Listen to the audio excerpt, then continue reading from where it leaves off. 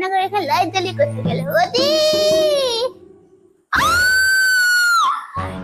একটা খাবার রয়েছে।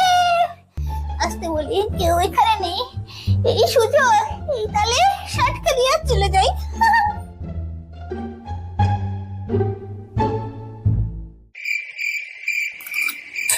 খুব টেস্টি। হে বাবা, মা দিয়ে না, তুমি ওটা খেলে কেন? কেন?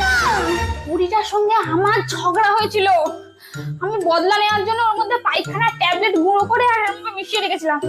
তো তুমি খেতে দেবো, ওর পুরোটা খেয়ে নিয়েছে রে। ওই জন্যই খাওয়ার থেকে পেটটা গড়গড়